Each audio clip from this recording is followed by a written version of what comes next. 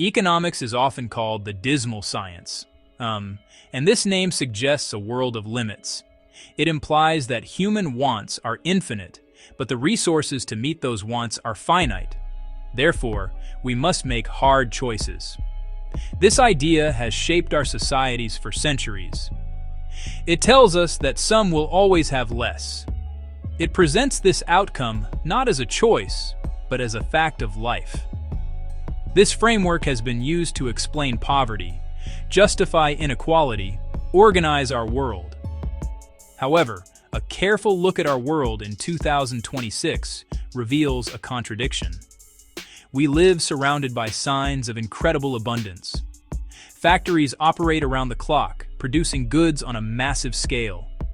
Advanced agricultural techniques yield harvests that were once unimaginable.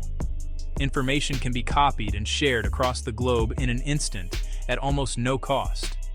We have the capacity to produce more than enough for everyone. Our potential for creation seems to expand every year. This visible abundance clashes with a persistent feeling of lack. Many people still experience hardship. They worry about food, housing, and access to knowledge.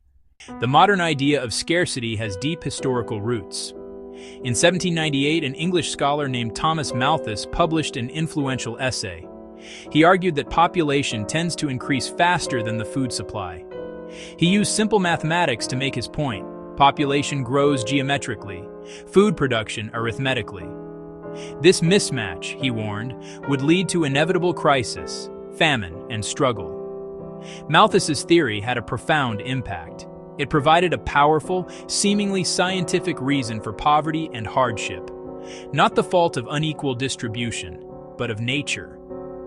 This idea was comforting to those in power. It relieved them of responsibility for inequality. The problem was not the system. The problem was nature itself. This thinking became a cornerstone of classical economics. However, the Malthusian model had a critical flaw. It failed to account for human ingenuity and technological progress. Over 2 centuries, innovation transformed agriculture. New techniques, mechanization, improved crop varieties, dramatically increasing yields.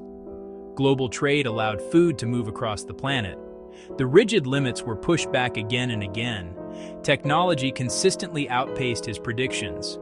The great famines he foresaw were largely averted, not by population control, but by innovation. Despite history, the Malthusian mindset endured. It became embedded in our institutions, shaping how we think about resources and people. The fear of running out remained a powerful force in politics and economics, used to justify policies and preserve power. Those who benefit defended the narrative. The ghost of Malthus still walks our halls, whispering that there is not enough to go around. Scarcity became a moral anesthetic for unequal distribution. It reframed human choices as natural law. But the world we built shows another story. Artificial scarcity is a design.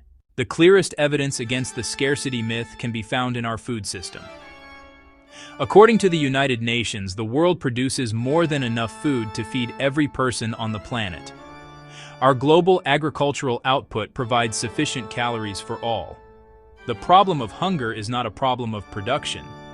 The challenge that remains is one of distribution and access. A significant part of the problem is food waste. Roughly 1/3 of all food produced for human consumption is wasted. Crops are left to rot. Food spoils during transport and storage. Retailers reject the imperfect. Consumers buy more than they can eat. This is not a failure of production. It is a failure of logistics and incentives. In rich countries, food so cheap it is disposable. Standards and supply chains optimized for profit, not for minimizing spoilage. Elsewhere, food is available but unaffordable. The barriers are economic. Hunger exists not because there is no food, but because people lack the money to buy it. The limit is not the Earth's capacity to produce. The limit is our system's ability to distribute. It is a system that prioritizes profit over need, allowing abundance in one place and desperate lack in another. The coexistence of massive waste and hunger indicts the system. The story of food scarcity is a lie. The problem is not lack of food, it is a lack of justice. The paradox of artificial scarcity is even more apparent in the digital world. Information is fundamentally different from physical goods. A loaf of bread can only be eaten by one person. A piece of software, a scientific paper, a song can be copied perfectly, millions of times. The cost of an additional copy is virtually zero. Rationally, access should be wide and easy. Instead, we built artificial fences, intellectual property, patents, copyrights, trademarks, treating ideas as scarce. Temporary monopolies, extended far beyond original intent, now block sharing. A life-saving drug can be patented for decades, pricing out those who need it. Scarcity lies not in making the drug, but in the legal right to do so. Research behind expensive paywalls slows science. Students, researchers, and doctors in poorer countries are denied knowledge that could save lives. Technology enables a global library. Our legal economic models prevent it. Information bottlenecks benefit a few at the expense of many. The scarcity of knowledge is not a technical problem. It is a political choice. Artificial scarcity is engineered in code and law. When law creates bottlenecks, technology's abundance is nullified by design. Section 6. The concept of scarcity does more than explain outcomes. It functions as a powerful mechanism of social and political control. When people believe essentials are limited, their behavior changes. They focus on immediate survival. They compete for a limited pie, less likely to unite to question the system. A population divided by struggle is easier to govern. Scarcity generates fear and anxiety. People fear losing job, home, healthcare. Stress narrows choices. Low-level stress makes people risk-averse, less likely to challenge authority.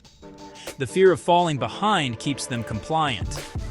Leaders exploit fear, justify austerity, cuts to social programs, and restrictions on civil liberties as necessary sacrifices. They call for belt-tightening, obscuring root causes. Attention diverts from unequal wealth and power. Artificial scarcity becomes an instrument of governance.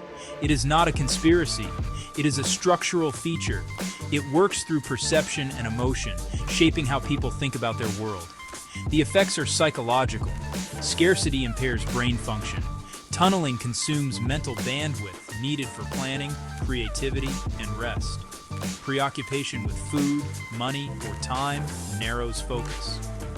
Outside the tunnel, cognition degrades. The system stabilizes itself through felt lack. If artificial scarcity is a product of design, then it can be redesigned. The first step is systemic clarity. Distinguish genuine natural limits from artificial limits created by institutions.